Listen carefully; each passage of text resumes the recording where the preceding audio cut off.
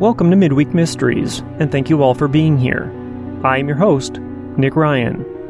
If you're new to the show, Midweek Mysteries is a shorter version of our full-length Sunday episodes, where we also enjoy giving a personal shout-out to our newest supporters, so please be sure to tune in. If you're interested in supporting the show, please visit us at patreon.com/paranormalmysteries or at buymeacoffee.com/paranormal, where you can make a one-time donation. And don't forget that sharing, reviewing, and subscribing to the podcast helps to support us as well, and we appreciate it. Now let's see what today's storytellers have to say. Today's first Midweek Mystery comes to us from Matt. Matt's story is called Demonic Encounter. Matt says, "Hello, Nick. I'd like to share my experience with what I believe was the demonic world while I was a missionary for the church to which I belong. Back in 2002, I was a volunteer missionary serving in Evansville, Indiana. The first encounter occurred while I was in my apartment trying to sleep one evening.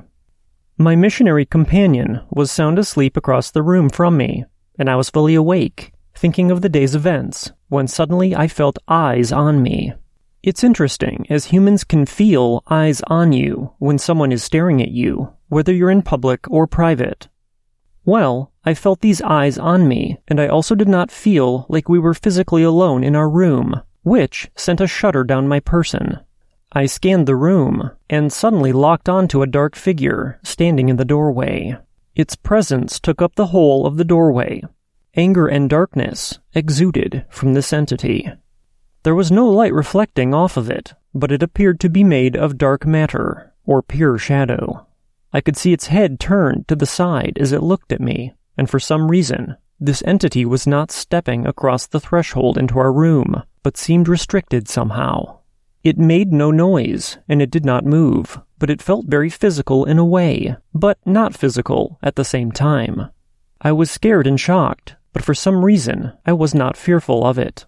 I felt protected from it by God, as it was not entering our room. My companion was still sleeping and did not wake during this encounter, which only lasted a matter of minutes. I turned from this creature, uttered a silent prayer, and immediately fell asleep. I awoke the next morning and went about my day's schedule like normal, never again experiencing what I saw that night. A few weeks later, I had another encounter that scared me more than anything else paranormal that I can recall in my entire life. My missionary companion and I had completed the day's events and were riding our bikes back to our apartment. I was not in a good mood at the time because I had had a disagreement with my companion earlier and was still bothered by it. I was riding ahead of him, maybe 30 to 50 feet down a darkened street, thinking about what had happened between us earlier, when a dark, malicious voice yelled my name in my left ear. It startled me so bad that I nearly crashed. I turned back, and no one was even near me. My companion was casually riding behind me, and no one else was on the street with us. I felt fearful, scared, and almost sick to my stomach by what had just happened. The voice appeared to be a male voice, and was dark, deep, and filled with hate and malice. This is the best way I can describe it. Knowing what had happened with the dark shadow figure a few weeks earlier, I felt that I was under attack by these things. I felt known by them and targeted by them. The fact that they knew my name and sought me out really bothered me and gave me several levels of stress and worry. I prayed and pondered the events and never had anything else happen like this while I was a missionary. I really enjoy hearing about other listeners' encounters with the paranormal and how they work through and explain what happened to them. Keep up the good work, and I look forward to hearing more from your show. Our next listener story comes to us from James. James's story is called, My Dad Spoke to Me in a Dream. James says, Hello, Nick. I found your podcast recently, and I listen to it whenever I have free time. I love it.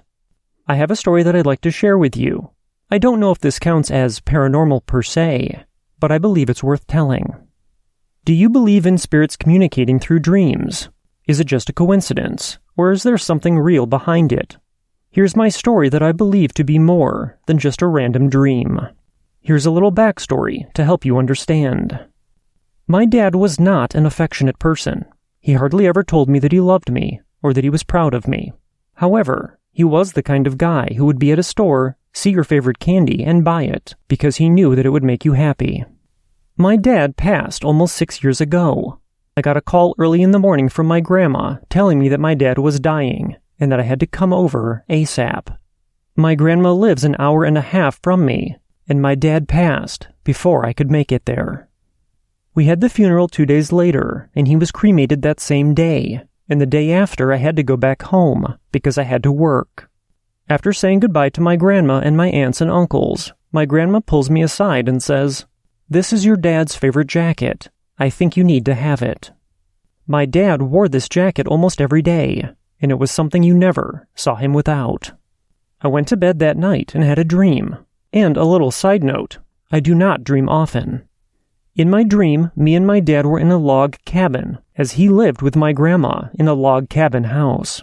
Outside, all the windows were just white, like in a video game, where only the room you're in is rendered, so nothing else exists outside of where you are. In the dream, me and my dad just stood in the living room quietly looking at each other, until he speaks up and he says, "Do you like my jacket?" I woke up after that. I truly believed that that was my dad's way of saying goodbye, and that he loved me. What do you think? Thanks for taking the time to read this, and I hope you have a good day. Our next midweek mystery comes to us from Kimberly. Kimberly's story is called Good Dog, Bad Woods. Kim says, "Hello. I grew up in a small town in northeast Iowa called Fort Atkinson. I lived only about a quarter of a mile from the large fort, built to keep and protect Winnebago Indians from other tribes. With that information, I would like to tell you about the experience I had in the woods, just north of the fort. It was a cool summer night in late July, and I decided to run my coonhound for practice in the woods behind the fort. Raccoon hunting consists of the dog smelling out a raccoon, following the trail, and then barking it up a tree. Although I had just bought this dog, I knew how she worked pretty well. When I brought her out of the kennel, I got the feeling that something wasn't right. I shook it off and walked my dog to the edge of the woods, and I let her off her leash to hunt. The closer I got to these woods, the more scared I would get for no reason. And keep in mind that I do this almost every night, all year round, and I was raised to not be scared of the dark. After about 3 minutes of hunting, my dog came back to me, which was weird, because she usually doesn't come back until she trees a raccoon. I kept pushing through the woods in spite of the terrible gut feeling that I had. I came into a clearing of tall grass surrounded by trees. My dog ran off a little ways and started to hunt for a coon again. As I reached the other side of the grass, I could no longer hold back my fear anymore. My heart was pounding, and I was in full fight or flight mode for no reason. Then to my left, I hear my dog sending out warning barks, as if something was scaring her. I froze and listened for some other sound, but there was nothing. My dog then trotted over to me and stood silently by my side and stared into the woods in front of me.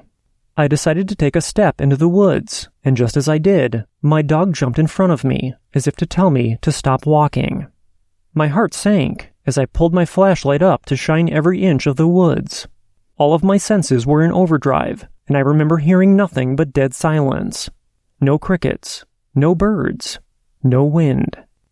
I tried to take a step again, but my dog jumped in front of me once again. This is when I knew that she was trying to tell me something, and that I needed to leave right now. It took everything in me to walk as calmly out of the woods as I could, just in case it was a mountain lion or a bear, even though Iowa doesn't have either. Once I made it past the clearing, I ran as hard as I could back to the house. I was about 17 at the time, and I cried right in front of my parents. To this day, I have not stepped foot in those woods. I sometimes hunt in the woods next to it and experience a slight sensation of being watched. I brought my sister with me hunting one time, and without asking me, she told me that she did not feel safe in those woods. The woods are only about 8 acres, and on some nights, we will get lost and can't find our way out. I may never know what happened that day, but I do know that whatever it is, it scared a seasoned hunter that was never scared of the dark. After telling this story to a few people in my town, They think that I may have come across the Indian graveyard that is said to be somewhere in those woods. I do plan to go back to those woods one day and do an EVP session to see if I was right.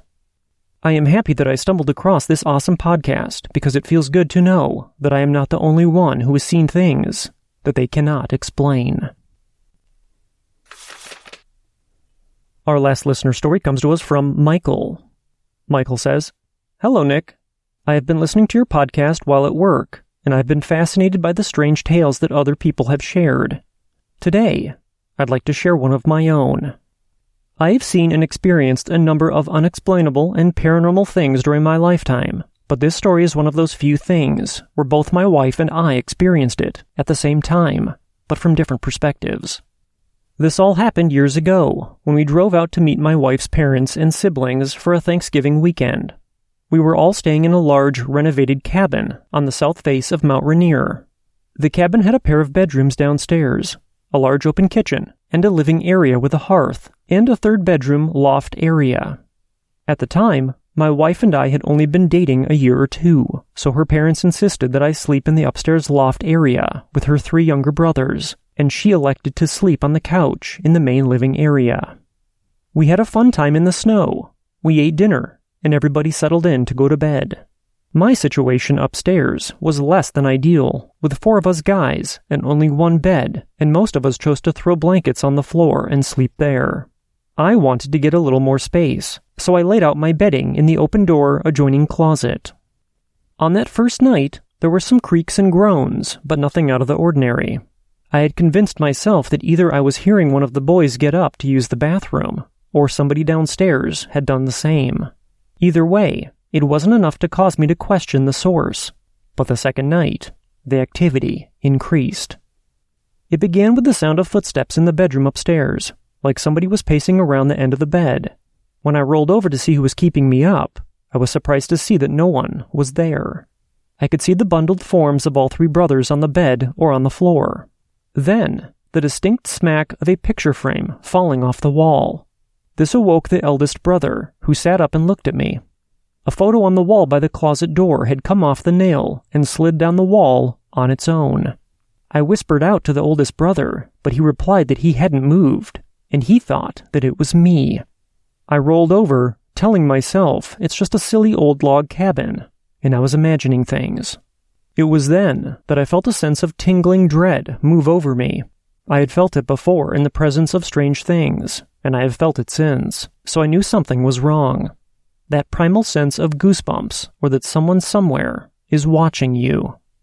I felt, both in the movement of carpet and the weight along the floorboards, solid footsteps move from the foot of the bed, past the closet opening, and towards the door. They continued through the closed door, and I could hear them go down the stairs into the main hearth area.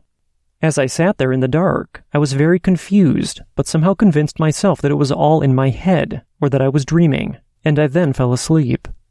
The next morning, I awoke, feeling unsettled by what I had experienced, but I had decided that it must have been a dream. As her parents made breakfast, I sat with my wife on the couch and asked if she had slept okay. She replied that she had had a strange experience in the night. Late into the night, she awoke on the couch to the sound of someone coming down the wooden stairs from the loft area. Thinking it might be me or one of her brothers, she rolled over and opened her eyes to see who it was. She was astonished to see that no one was there. Half panicked, she threw her blankets over her head and tried to fall back asleep. She then heard the footsteps continue from the bottom of the stairs, pass her behind the couch, and move into the kitchen area. At that point, the coffee machine flipped on and started making noise like someone was trying to get it to work. Never daring to peek out from her blanket again, she finally fell back asleep. Amazed, I told her about my own experience, and we both were fairly sure that these events had occurred roughly at the same time during the night. In the months after these experiences, I spent some time researching that particular town and area near Mount Rainier, and I found that a whole section of cabins had been quarantined there in the early 20th century, due to tuberculosis.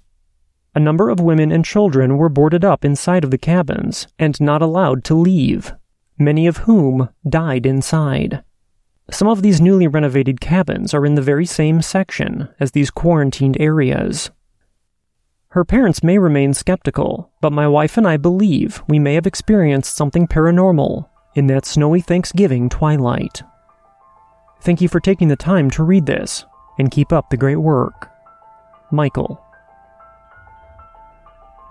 As we come to the end of this edition of Midweek Mysteries, I'd like to say thank you to all of you for tuning in as always and supporting the podcast.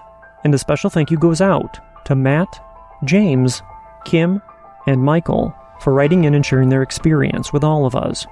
If any of you have thoughts, advice, or a similar experience that you'd like to share with one of tonight's storytellers, you can email me, and I'll be sure to forward your message onto them.